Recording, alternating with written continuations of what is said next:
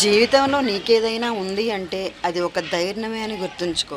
అవును, ధైర్యం. మనిషి ఎప్పుడైతే ధైర్యాన్ని కోల్పోతాడో మనకి తెలియకుండా ఆటోమేటిక్గా మనిషి ఒక రోగిస్తుడిగా మారతాడు. అవును, ఎందుకంటే ఏదైనా మీకు కొంచెం బాలేదనుకోండి, నాకు బాలేదు అదిగోండి. ఎప్పుడైతే మనం ధైర్యాన్ని కోల్పోతామో అప్పుడు చిన్న రోగానికి కూడా మనం ప్రాణాలు కోల్పోవాల్సి వస్తుంది.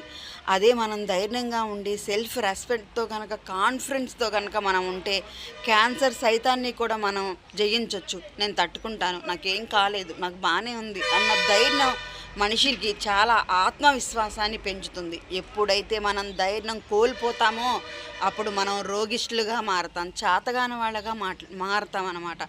ఎప్పుడు ధైర్యంగా ఉన్నామో, ధైర్యం మనలో నుంచి ఎప్పుడైతే తగ్గిపోతుందో మనం అప్పుడు చాలా వరకు కుంగిపోయినట్టుగా, అప్పుడు మనం చాలా వరకు కూడా డల్ అయిపోయినట్టుగా అర్థం అన్నమాట. మన బలహీనతని ఏదైనా లొంగ తీస్తుంది అంటే మనం కోల్పోవడమేనమాట.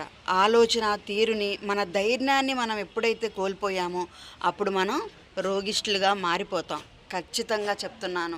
మనలో అంటూ ధైర్యం ఉంది అంటే మనం ఇది చేయగలం, ఇది సాధించగలమని పట్టుదలతో ఉన్నామంటే మనం ఎంతటి కష్టాన్నైనా సరే మనం జయించగలిగి నిలబడగలుగుతాం అన్నమాట.